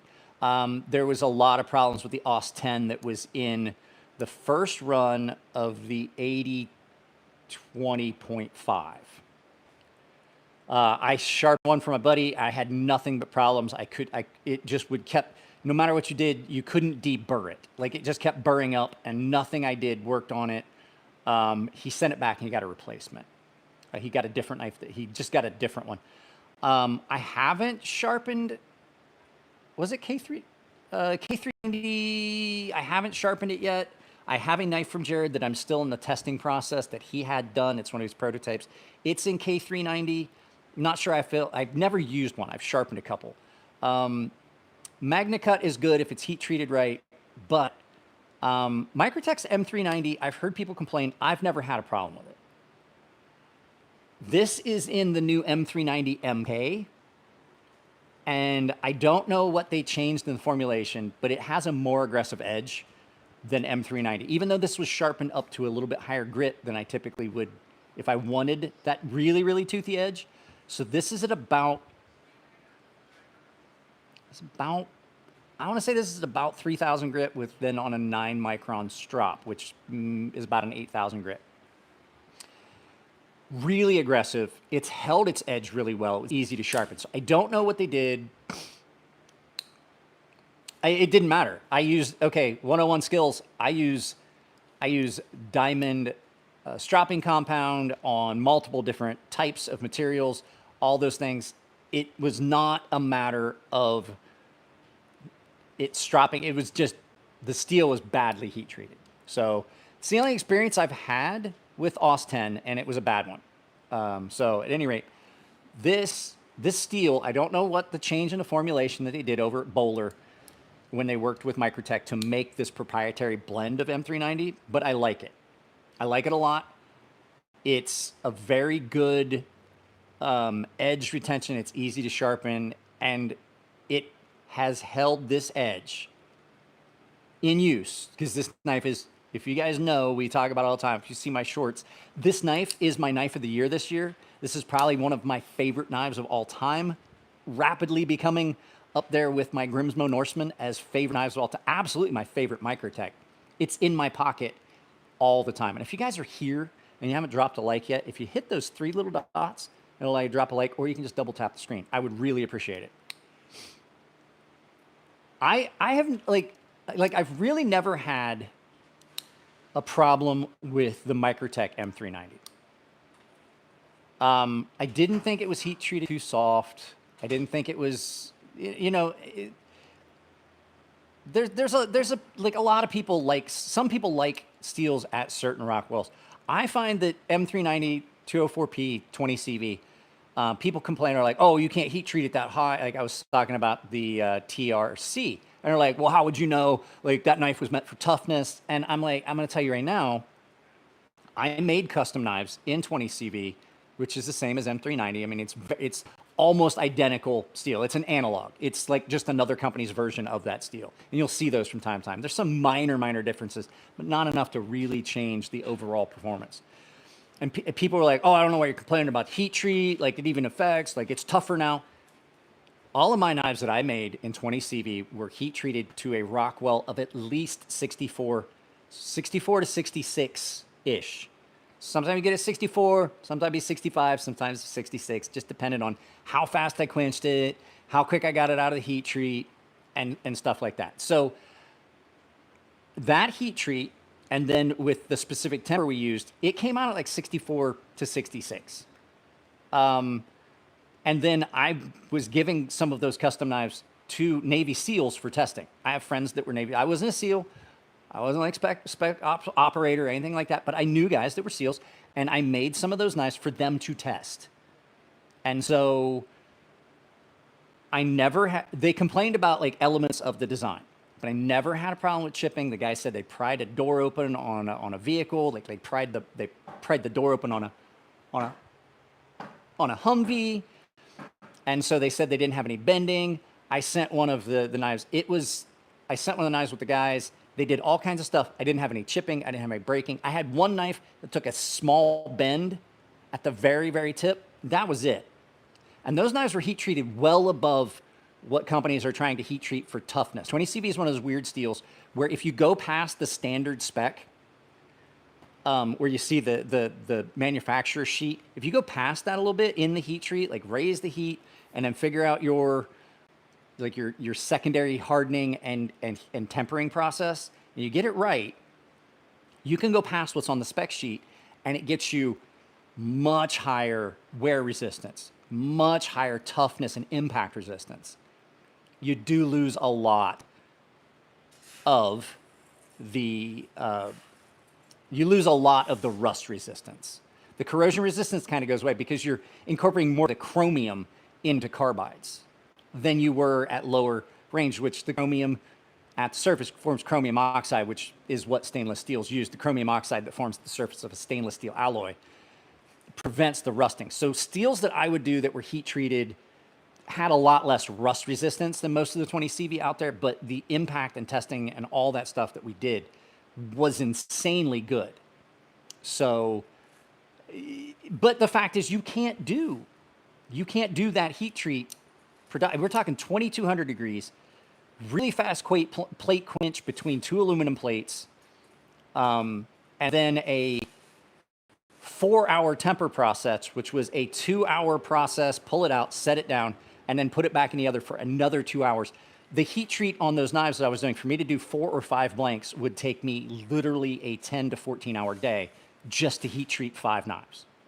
It's not something you can reproduce mass production. But when people are saying, oh, well, if you do it this, you're going to get low, you'll get toughness because it's at a lower heat treat. I don't agree. I really don't agree. 20CV, M390, those are steels that you should be running higher because you're not giving up anything. If anything, you're getting more the higher you grow. So could you recommend a thin pocket knife that's on the harder side with about a 3-inch blade that's under $200?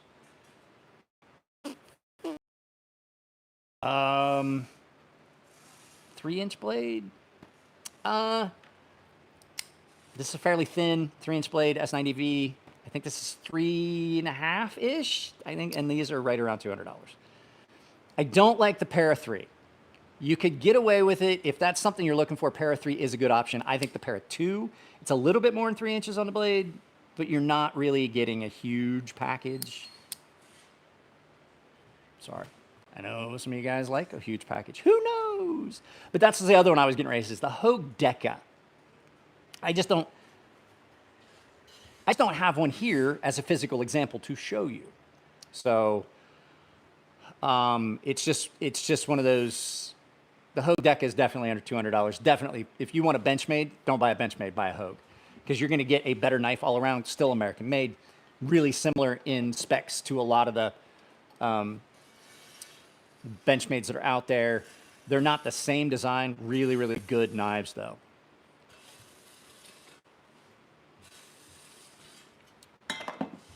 Oops. So, Spyderco Minis. I'm going to show you guys my favorite Spyderco. Now, what you up to, kiddo? Are you sunning? Yeah, My daughter's going outside. We're in Southern California. She's got like a week before she starts college. She's just doing whatever. I have to get my tan on, y'all. I cannot be seen looking like paper.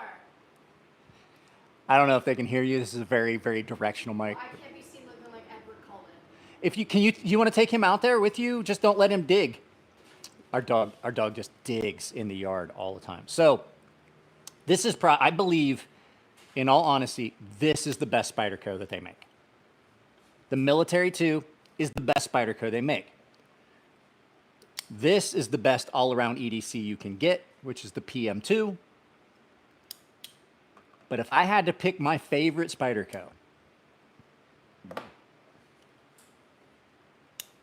it is the old school Police. Hollow ground, all steel. This is thin. If you're looking, it's a little bit bigger than what you were looking for. It's a very, very thin knife. This is my favorite Spyderco all time. And it goes back to seeing these in magazines. Seeing these in my dad's Rod and Reel magazine. Spyderco ran ads in Guns and Ammo and all. This is the iconic Spyderco. When I think of a Spyderco, when I think Spyderco knife, I love the Enduras. Yeah. I love the Enduras. I like the Endella. I like the Delicas. This is what I think of when I think of Spyderco, because this was the first I saw. This was the first Spyderco I saw. It's not the first Spyderco I saw, but it's the first one I saw that I'm like, I like that. Spyderco Police. And not the new full flat ground FRN K39, like not the nice one. The old school grubby hollow ground, a little bit too thick behind the edge, stainless steel handles, so it's a little bit heavier. It's not full flat ground, so it's not got the cutting capability, but just the look of that blade, that's what I think of. Big flat up here, the hollow grind, the swedge that come down to make this a monster piercing knife. Just incredible. Just incredible. It's the same reason that this knife has resonated with me since I was in since the 80s. You guys, I did a video about this yesterday. You can go check it out. It's awesome. I did a great job on the video, not to toot my own horn. But you know, hey, I did it and I did it bigly. I did a video about how much I love this knife. And I remember seeing these, same thing. Cold Steel would run ads in Guns and Ammo and Rod and Reel magazines and the strongest, toughest outdoor knives. And I saw this one in the 80s in the magazine laying there like that. And I'm like, oh, I want that. And this has resonated with 12-year-old me since then. And since the 80s, I waited 40 years almost to pick one of these up. And I didn't even buy it. My buddy let me borrow his points on Blade HQ, and I got it that way. If you go check out yesterday's video, I love this knife. I talk about the sheaths and all that stuff. I talk about, absolutely love this knife. Do I like swords?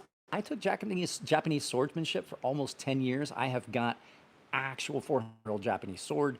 I've got several swords that I had made for training and cutting. So yes, I like swords. Yeah,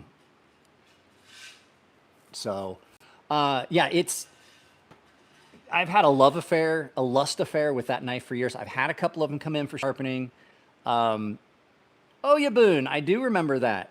There were so many Cold Steels out there that got discontinued. That's the bad thing about Cold Steel knives. They have so many designs that I want, but the ones I want are all discontinued.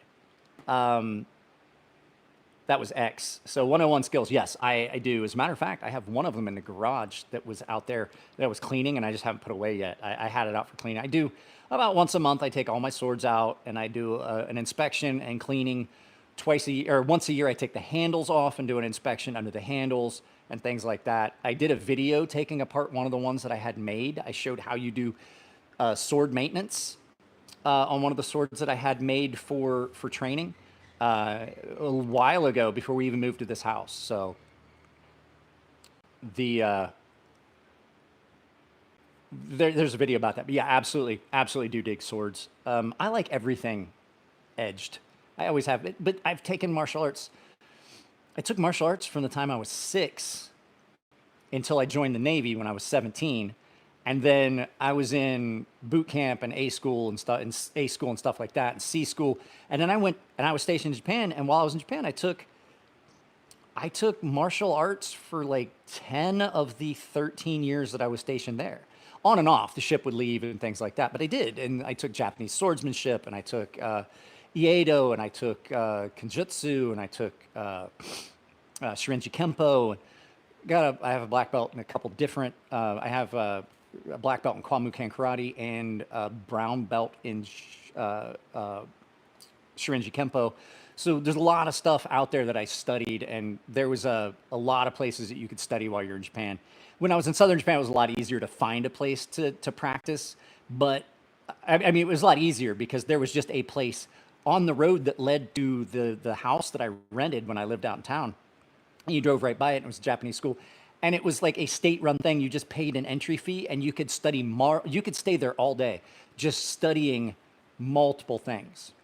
The only thing was they wanted you to focus on one for the first few weeks before you would start going around from class to class. And then across the street from there was the Japanese archery school. It was a state-run thing, but it was open to everyone. All you had to do was pay to come in, and the instructors were great. So, yeah, it was interesting. I had to get a special permit to have a sword because I lived in Japan. I had to have one because they're regulated. But I did that through the school. So, it's a great thing. Aikido is, I didn't take Aikido, I took Aijitsu, which Aikido, usually if it ends in Do, it's like it's become more like the art form of that martial art. And then when you say Jitsu, when you see Jitsu at the end, it's more the raw warrior form. That's why Aikido is not as good as Aijitsu. That's why Judo isn't as good as Jujitsu for self-defense. I mean, don't get me wrong, taking any of it is good. I think that if you take the more raw form that was more based around the actual fighting style, as opposed to, there's a reason for it. And like, we could talk about that for hours ad nauseum about how things were changed. Kendo versus Kenjutsu. They changed them and turned them into an art form so that they could get past the regulations preventing people from studying the actual raw martial art. So it's a big thing that, like, taking any of them is good. So taking multiple, there you go. Taking multiple is great. But like when it's the stylized form, it's less likely to be able to be used for self-defense. That's all I'm gonna say. But taking any of them is great. Like, any martial artist will tell you that, like, there is no one best way to defend yourself. There's always something, and there are specific arts that were meant to defeat other arts. So you have Kenjutsu, which is the sword fighting. Now you have Aijitsu, which turned into Aikido, which is how you defend yourself unarmed from somebody who does have a sword. They stack each other together. So, by the way, I love this live video you're doing, talking knives and martial arts and craft. Yeah, they all tie into each other. So I started taking karate when I was a kid, and that's how I got a black belt in Kwanmukan Karate, Karate-do. And then I started taking other martial arts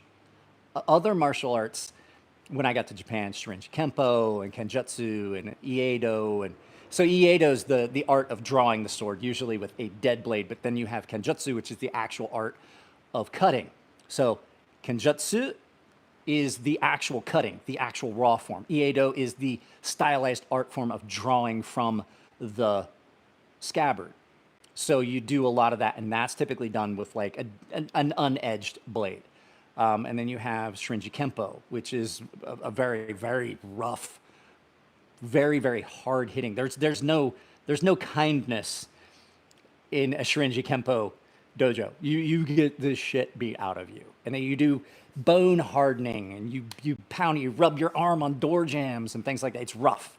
And then you have, softer forms like judo, which comes from jujitsu. And so it's all great. But there's so much out there. The only thing I wish I'd done like the stick fighting, the Eskrama, the Filipino stick fighting. But we learned a lot, like edged weapons, knives, you know, the sai and a kama, which is the sickle. We learned a lot of that stuff. Anyway, that's neither here nor there.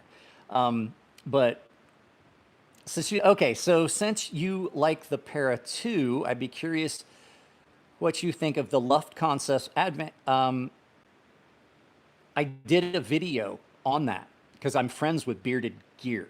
He sent me one. You can go back, you can find my video, the Luft Concepts AVNT. I did a video of that. I had Bearded Gear's, was it Bearded Gear? Yeah, Bearded Gear. I did a video of his personal one. I got it back to him. It was a great video. It was a great knife.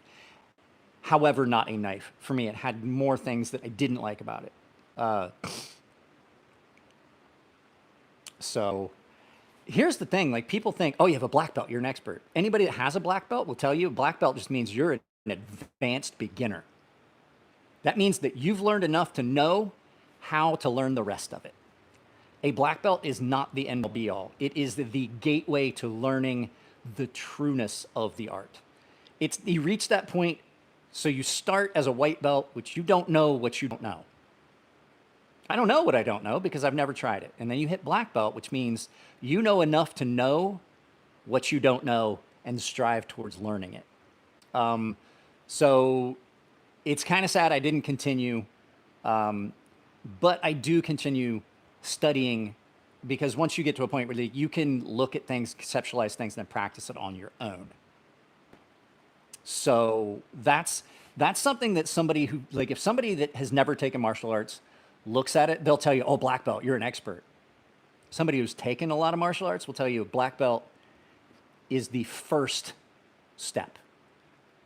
There's just a lot of steps to the first step. You're taking a lot of baby steps to get to a point where you now know what you don't know so that you can strive towards it.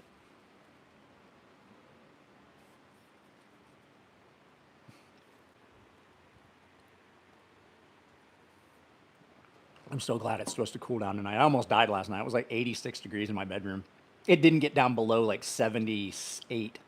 It was 90 degrees almost 90 degrees when I got up this morning.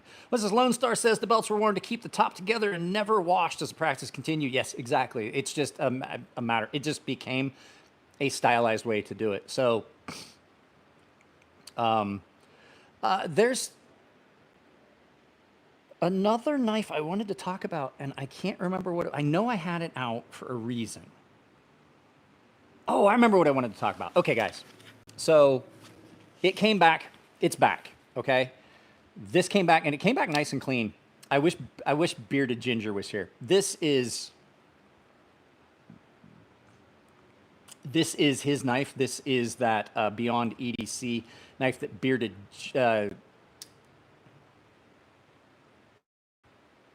What is it? Bladed Ginger. This is a really, really good knife, but that's not what we're really talking. This came. I let my buddy borrow this. He loves it. I told him he didn't need to send it back, but he dropped it off. Well, I wasn't here. He told me he left it on the front, and so I grabbed it this morning. He's gonna get this. But what we want to talk about was Beyond EDC. So Beyond EDC still has some knives out there. Yes, I do believe that Michael Jai White does have like 8 different black belts in different, but I think he has like degrees of black belts as well. Like he has like several degrees. I have a friend that actually has reached the top level. He is now considered a master. He's like a 10th degree black belt. I can't remember what style. Started his own martial arts school, and he is developing his own martial arts system based on other martial arts that are out there. So he is literally considered a master. At any rate, Beyond EDC knives, and this is the last thing we talk about. We can be doing this for 2 hours, and I don't want to run it. Beyond EDC is experiencing some problems, but they do still have some stock out there. If you go and you look and you go to their website, Beyond EDC and you pull it up, you can probably still find some knives. And if you want to get a discount, I have like a 40% off. Coupon code is crazysharp. Yeah, I think it's 12th Dan or something like that. But I think you've got it backwards. I think first Dan. No, yeah, you're right. It is. First Dan is your first Dan is your orange belt or yellow belt or whatever. When you go from white belt. It's been so long. I think you're right. I think it does go up instead of down. At any rate. Yeah, you're right, because it does start. Your first Dan is going up, so it counts up. Been years since I did any of that stuff. So you can get 40% off at Beyond EDC right now if you go over there. It's 8th degree. I can't remember what he wound up being, but different arts have different levels. So at any rate,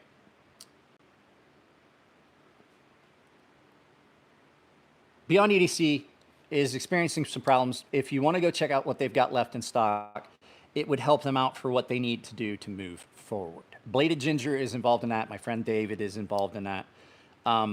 They did some great stuff.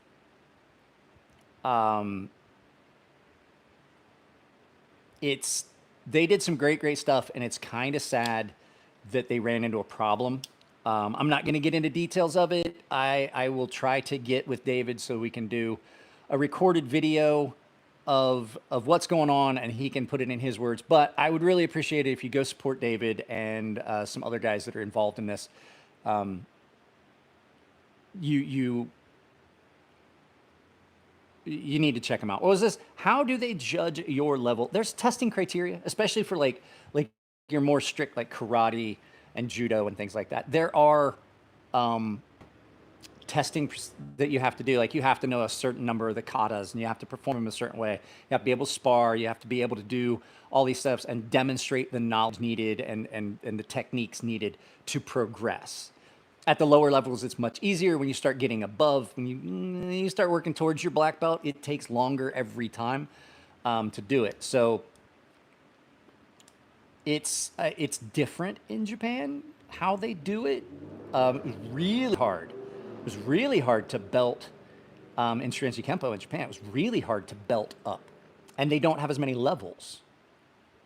So in like karate here in the United States, you got like white belt, then yellow or orange, white belt, yellow belt, orange belt, blue belt, all those other green belt. It just runs up. There weren't as many belts when you took Shirenji Kempo in Japan. There were not as many. You stayed a white belt for a very long time, and then you went up through, and it was, and as you went up, your uniform changed from a gi to more like traditionalized like samurai garb, things like that, as you went further up in, especially in Kenjutsu, so which is the sword fighting. So at any rate, everything above special gifts from the highest masters in Japan. Yeah. So at any rate, I gotta get all this stuff put away before my wife gets home from work. And I think my daughter and I had some things we were gonna do today. So you guys haven't been seeing it because there hasn't been a layoff, but I've been trying to keep stuff filmed. But my daughter starts college. How many days, kiddo? Before you start school? At any rate. So I've been spending a lot of time with her. Yesterday, we spent the whole day at the campus. We went up to the school on the trolley, which is, part of her tuition package is she gets a trolley pass. It's a non-negotiable thing. It's non-waivable. She has to pay for it. We already got billed for it. Luckily, her actual tuition is free. So the thing is, she's not always going to ride the trolley, but I wanted to make sure she knew the trolley. I wanted to know she knew what the best stops were used, places that were the safest to park, and things like that. She's going to be living with us and going to school. It's about an hour-ish on the trolley. It's a nice straight shot. She gets on here. She gets off at school. It's literally there is a trolley station 2 to 5 minute drive from here where we can drop her off. And then she can just go up there and she'll be on campus. There are some days where she's going to have like a long gap. So we've already talked about the fact that she can take the trolley all the way up to the school and then take the trolley to the ice rink during her 5-hour break between her class. She has one class in the morning and then she has one class at night at like 7. I think it ends at like 8 p.m. So she has a 5-hour gap where she can just take her trolley pass, her skates, and go to the ice rink. There's lockers that she can use. There's gyms there that she uses. It's all included in her package. With her federal grant, Pell Grant that she gets, on top of the fact that her entire tuition is waived. She's already got pepper spray, and she has a Spyderco Matriarch too. I got her the strongest pepper spray you can legally own. She's got a thing of that.